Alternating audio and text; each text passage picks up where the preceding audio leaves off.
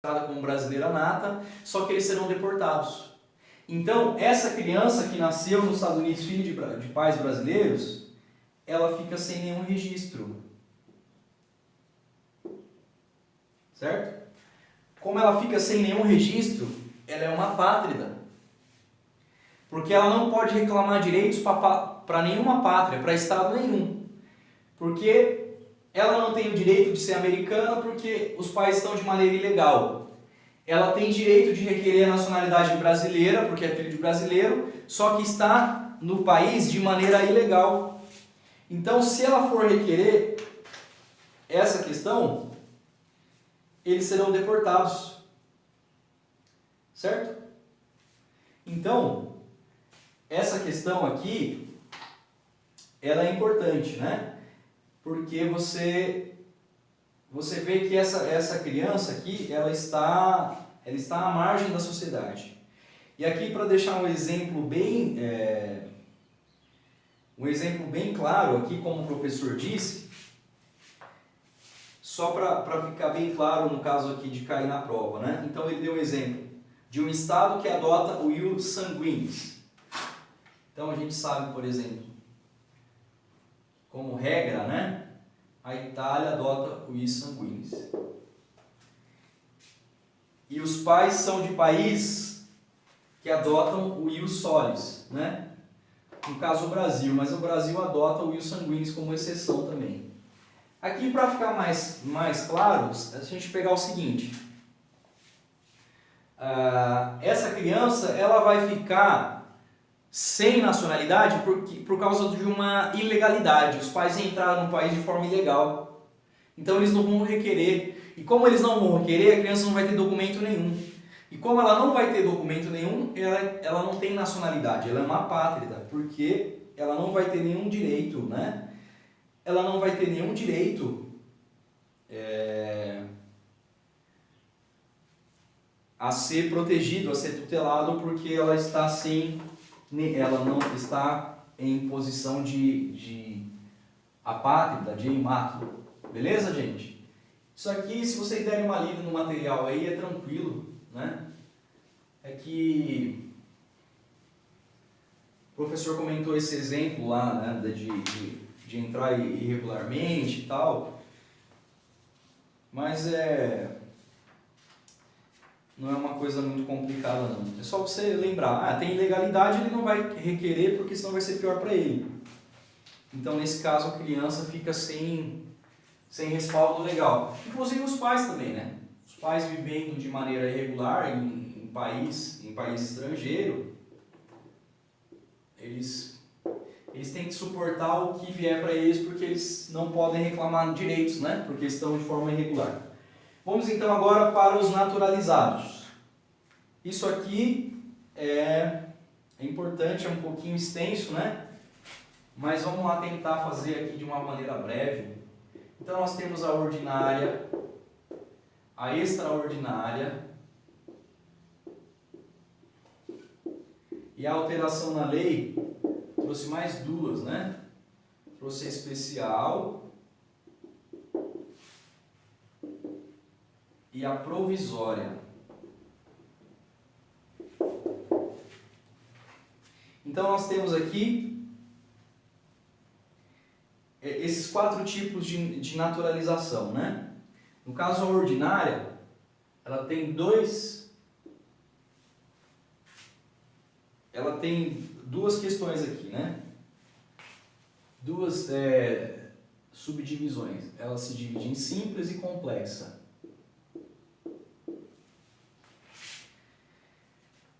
Você lembrar aqui o seguinte, que a ordinária simples, você lembra aqui dos países que tem o português como a sua língua oficial. Então, por exemplo, Portugal. Portugal, né, tem o português como seu idioma oficial. Então, nesse caso, o camarada originário desse país de língua portuguesa como oficial, ele precisa morar há 1 ano ininterrupto no Brasil. Certo? um ano ininterrupto. Um requisito que vai ser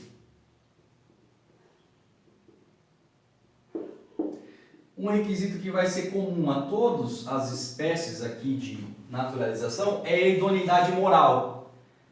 Para você lembrar de idoneidade moral, você pensa assim, ó, se o cara for ladrão, condenado, ele não tem idoneidade moral. Então ele precisa ter os antecedentes criminais negativos, ou seja, ele não pode ter condenação criminal transitada em julgado. Não pode ser ladrão, para você lembrar de forma mais fácil. Beleza? Então, para todos os requisitos aqui, o cara não pode ser ladrão.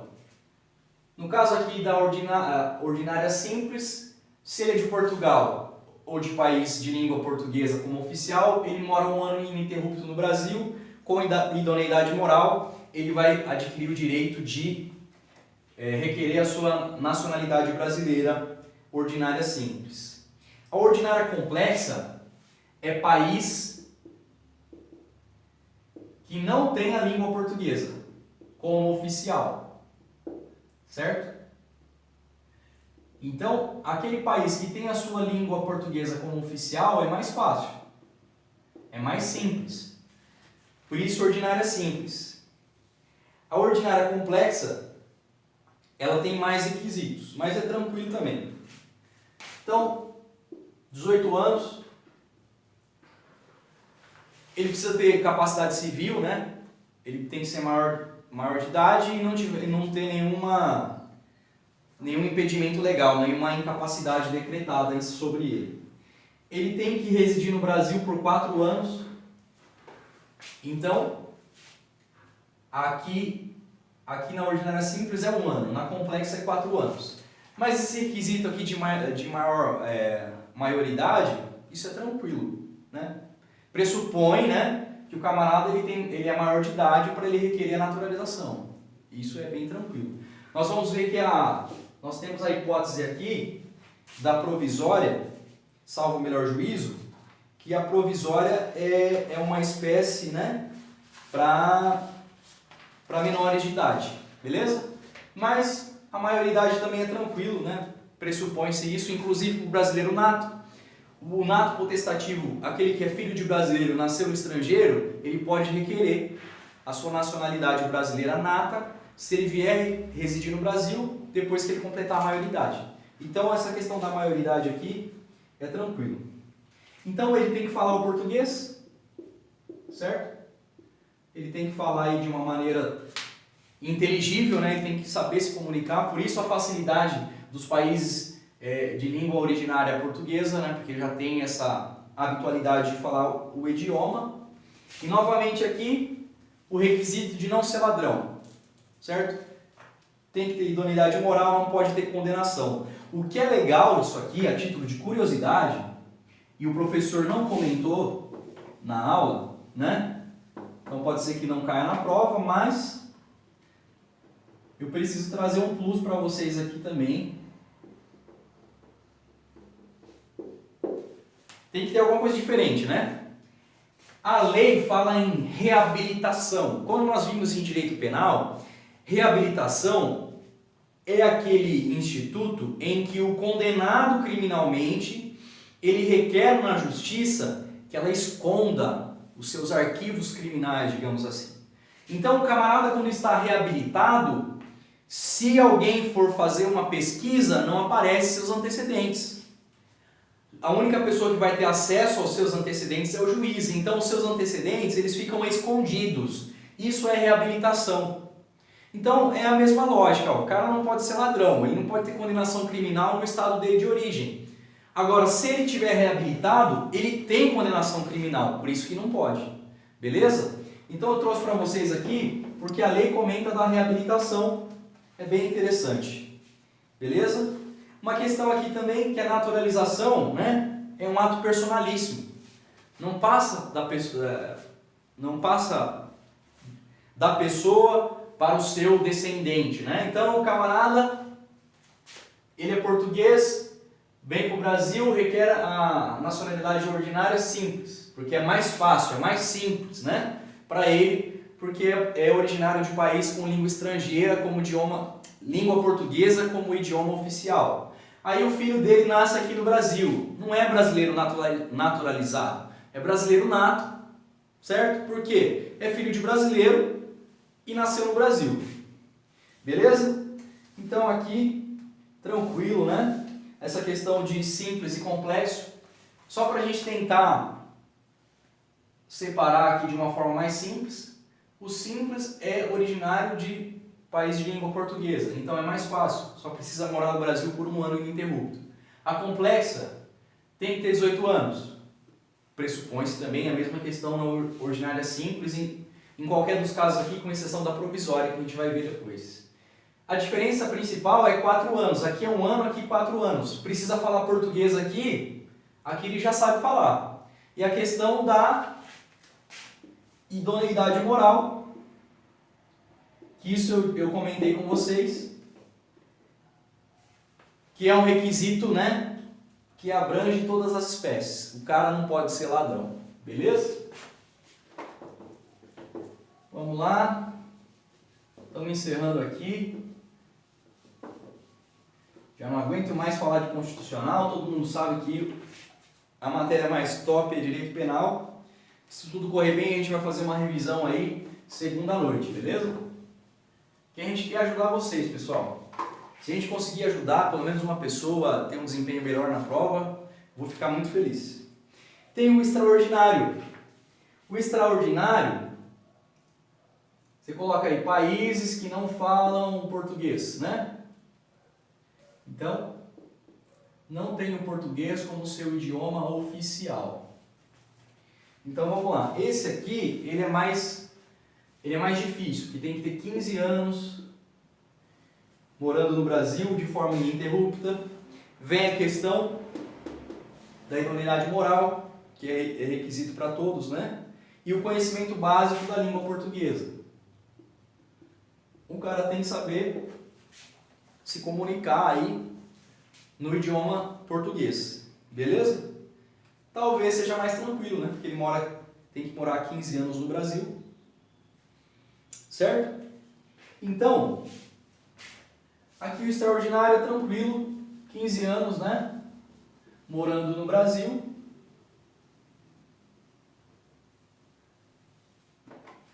Originário de país que não fala o português. Aí você analisa e fala, mas qual que é a diferença do extraordinário para o ordinário complexo?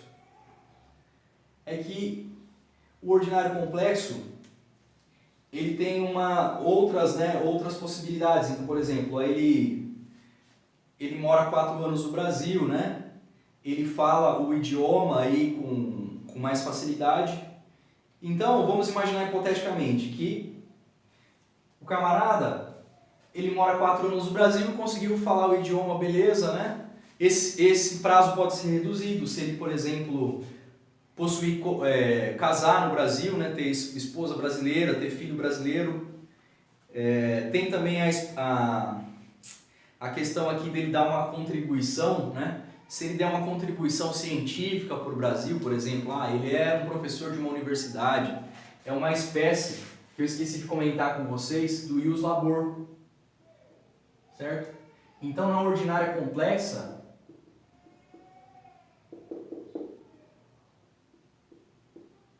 vamos imaginar que o camarada, ele é japonês, ele vem dar aula na Toledo aí, no curso de engenharia, o cara sabe muito de exatas, né?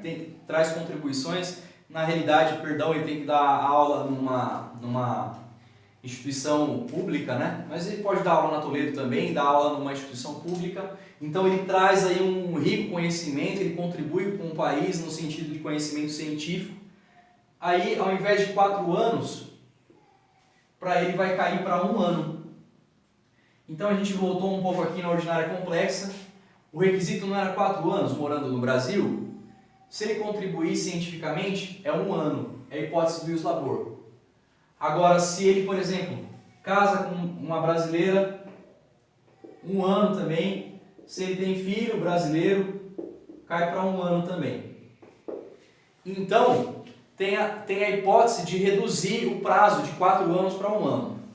Mas isso aqui é tranquilo também, é só decoreba aí, só vocês darem uma olhada que fica tranquilo. Essa questão aqui do especial. Então vamos imaginar, tem duas situações aqui. O camarada brasileiro está a serviço do Brasil no estrangeiro. Ele está a serviço do Brasil no estrangeiro e ele casa com uma estrangeira. Se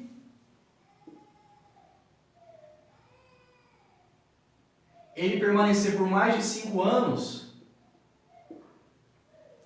estando no estrangeiro, a esposa também, né, o seu cônjuge, ele tem direito de requerer a nacionalidade brasileira especial. E tem o caso também das pessoas que trabalham há mais de 10 anos em repartição brasileira. Tem o estrangeiro que trabalha na embaixada brasileira há mais de 10 anos, ele pode requerer a nacionalidade pelo ius labor, certo? É uma hipótese legal dele requerer pelo ius labor. Eu vou dar uma pausa aqui, pessoal, para eu marcar no quadro aqui a questão da naturalidade provisória, naturalização provisória, e a gente já volta já, beleza? Voltando aqui então, pessoal. Voltando aqui então, pessoal, para a gente encerrar aqui. Eu dei uma pausa para tomar um fôlego também, para marcar os últimos lembretes aqui para a gente encerrar. Então, ficou faltando a gente falar sobre a naturalização provisória. Isso aqui é uma hipótese da naturalização para menores de idade. Lembra-se que eu comentei que um dos requisitos, né, aí que a gente pode entender como sendo abrangente a todas as espécies é a maioridade? Essa espécie aqui é uma exceção. Crianças menores de 10 anos, os pais podem requerer a naturalização brasileira. Então, é uma criança estrangeira, né, que vive no Brasil com seus pais e os pais requerem a sua naturalização provisória. Por quê? Tem a questão da optabilidade e também que é personalíssimo, a pessoa tem que escolher, só que ele é menor de idade. Então, com 18 anos, ele vai ter 2 anos para confirmar essa naturalização aí. Ele vai ter que dizer, não, eu quero sim, meus pais pediram quando eu era menor de idade e eu quero ratificar esse pedido aí. Beleza? Uma questão importante que a gente comentou já é que todo naturalizado, o camarada se naturalizou brasileiro, ele tem 1 ano. Ele tem 1 ano após a sua naturalização para se alistar eleitoralmente. O único camarada que não vai precisar disso, né, é esse aqui da naturalização provisória, porque ele tem que ter menos de 10 anos e aí ele não tem como votar. Beleza? Mas, em regra, todos os naturalizados, saiu a naturalização, tem um prazo de até 1 ano para se inscrever eleitoralmente, se alistar eleitoralmente. Beleza? Então nós terminamos aqui as hipóteses de naturalização, né, as espécies, ordinária, extraordinária, especial e provisória. A ordinária tem a ordinária simples e a complexa. A simples é bem simples mesmo. É originário de um país que fala português, só precisa morar 1 ano no Brasil. E tem aqueles requisitos lá que são inerentes a todas as espécies, né? Ter capacidade civil, não ter condenação criminal. Aí tem a questão do quase brasileiro. Entendimento do STF aqui, quase brasileiro é o português equiparado. Porque ele continua sendo estrangeiro, mas ele tem, né, aí muitas facilidades, né? Ele tem aí muitas, vamos dizer assim, ele tem privilégios que os outros estrangeiros não têm, mas ele é estrangeiro. Qual que é o privilégio, por exemplo? E aqui a gente começa a ver as diferenças, né? Então tem a diferença do estrangeiro para o próprio estrangeiro. No caso do português equiparado ou do quase brasileiro, ele pode votar e ser votado. O estrangeiro comum não. Esse aqui pode, por causa da questão do decreto lá de reciprocidade. E nós temos o exemplo daquele cantor Roberto Leal, que é português, né? E se candidatou aí, não sei para que cargo, foi até o professor que comentou em aula. Então nós começamos a ver as diferenças do estrangeiro para o estrangeiro. Olha, o português equiparado, ele é estrangeiro, mas ele tem privilégios do que os outros estrangeiros. Nós temos a diferença para os natos, de nato para nato. A questão das mulheres, por exemplo, né? Não prestam serviço militar obrigatório. Então essas diferenças aí, elas não ferem o princípio da igualdade. Em realidade, elas estão ali, o princípio da igualdade está permeando essas relações aí, por isso que não tem problema. E a diferença do naturalizado para o naturalizado. Então, por exemplo, o camarada que se naturalizou com a ordinária simples, né? Ele precisa de 1 ano ininterrupto. O da extraordinária precisa de 15 anos. Certo? E aí tem umas regrinhas também lá de ser proprietário de rádio, difusora, né? Dessa parte de imprensa aí, que é uma coisa bem específica, né? Acredito que fuja um pouco do que o professor busca, né, nessa prova. Minha opinião, né? Mas se você quiser dar uma olhada também lá, não custa nada. Mas uma questão das diferenças aqui, né? Tem o naturalizado, que se ele tem os requisitos lá, né? Dependendo da espécie, da naturalização dele, ele tem mais privilégios do que o outro. Mas lembrando sempre que o camarada, ele é naturalizado brasileiro, ele é tratado em tese, né? Como ele é tratado em tese em pé de igualdade com o brasileiro nato. Só tem aquela restrição dos cargos, né? Por exemplo, presidente da República, naturalizado não pode, certo? Agora, por exemplo, para senador, naturalizado pode. Ele não pode ser presidente do Senado, mas ele pode se candidatar a senador. Essa também é a diferença, né? Entre nato e naturalizado. E é uma diferença que não transgride a lei, é uma diferença que é justa, é razoável. Beleza, gente? Então, para a gente finalizar aqui, a questão da perda da nacionalidade, né? Então, o camarada que é naturalizado, cometeu crime no Brasil, ele pode perder a sua naturalização. Aí tem aquele exemplo que o professor comentou, o camarada ele é preso, condenado por roubo. A atribuição desse crime aqui é da justiça comum. Certo?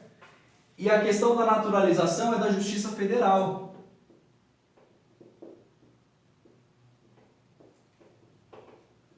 Então, o trâmite dele com relação ao roubo vai correr na Justiça Comum. Transitou em julgado, depois a Justiça Comum remete para a Procuradoria Federal, né, Ministério Público Federal, para que ele ofereça denúncia no caso da perda da naturalização. Mas para ele perder a naturalização, lembra, tem que ser uma coisa muito grave, um caso de crime, né? E o professor deu o exemplo daquela chinesa que tinha escravizado uma moça, trouxe uma moça da China e a tratava como escrava aqui no Brasil. Ela foi condenada e foi extraditada, perdeu a sua naturalização. E tem o caso aqui de brasileiro nato, perdendo também a sua nacionalidade brasileira. Isso aqui é interessante, viu? Porque é o seguinte, se o camarada é brasileiro nato e ele mora num estado estrangeiro e ele requer a nacionalidade estrangeira, ele perde a nacionalidade brasileira, mesmo que seja nato. Só tem duas hipóteses que não, certo? Em regra ele perde. Só não vai perder quando?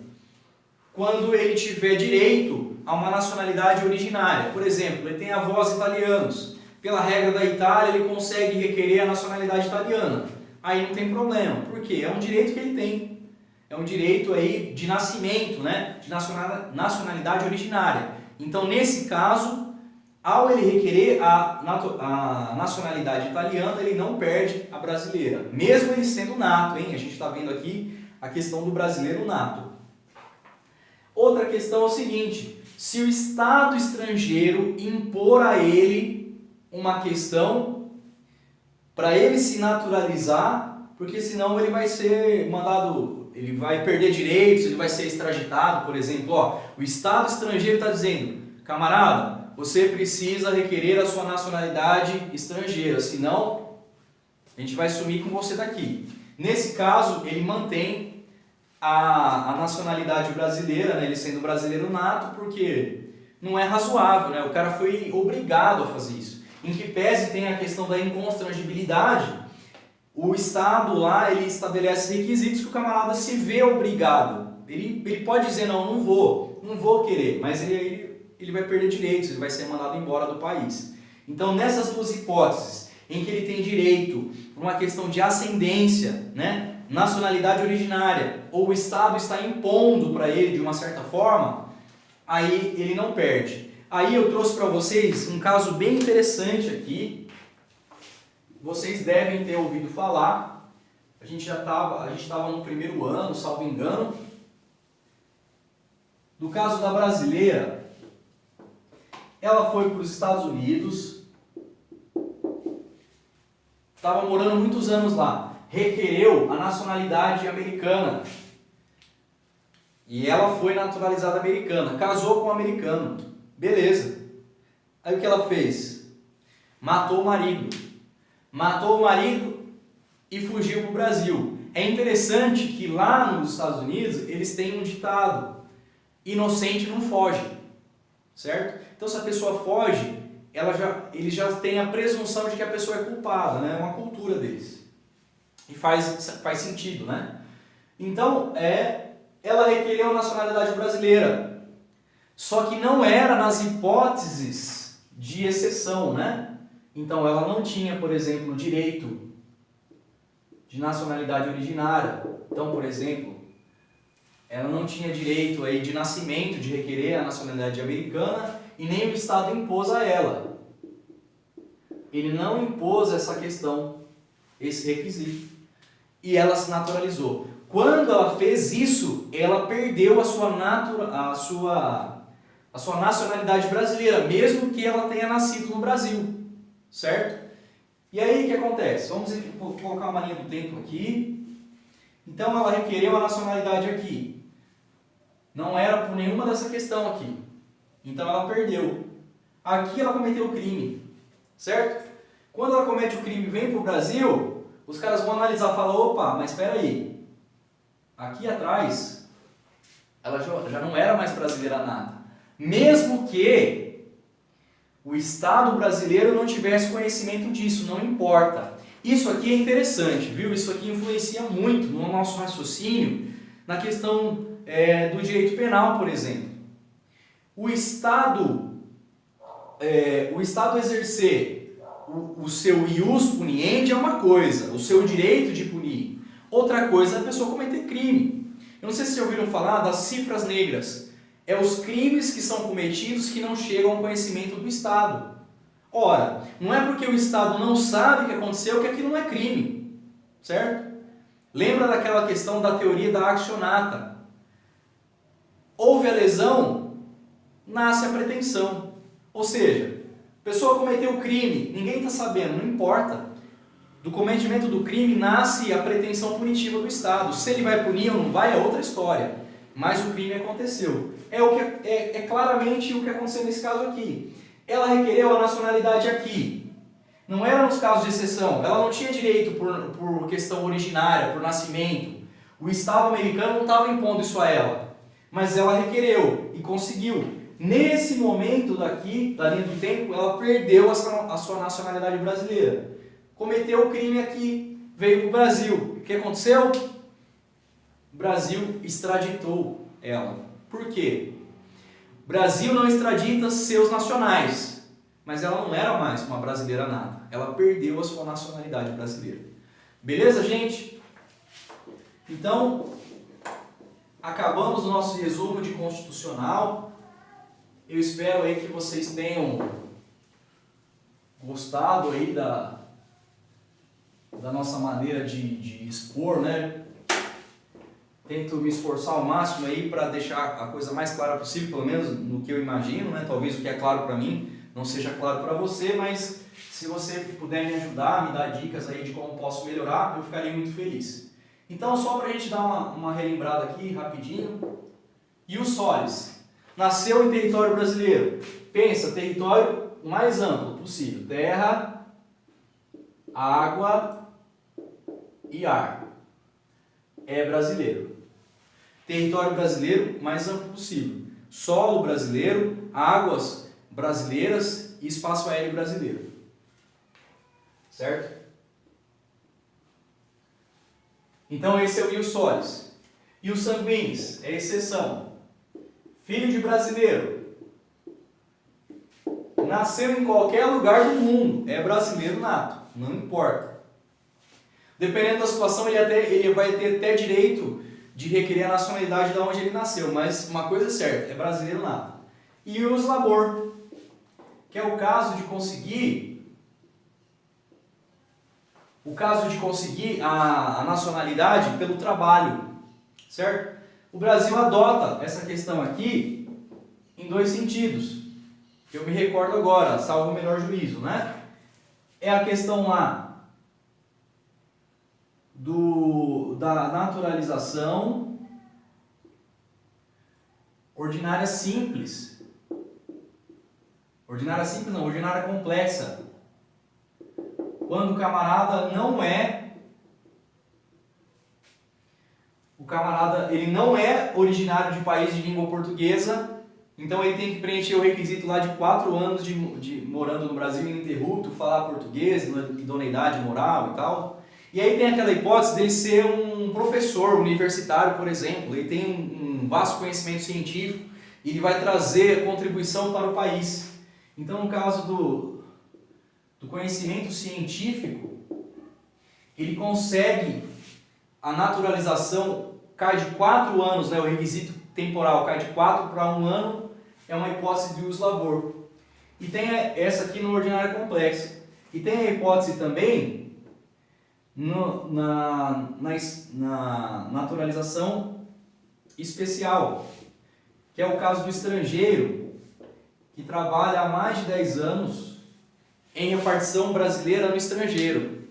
Então pense, o camarada que é faxineiro lá na Embaixada do Brasil, na Rússia, por exemplo, trabalha há mais de 10 anos, ele é russo, é estrangeiro. Se ele trabalha há mais de 10 anos lá na Embaixada Brasileira,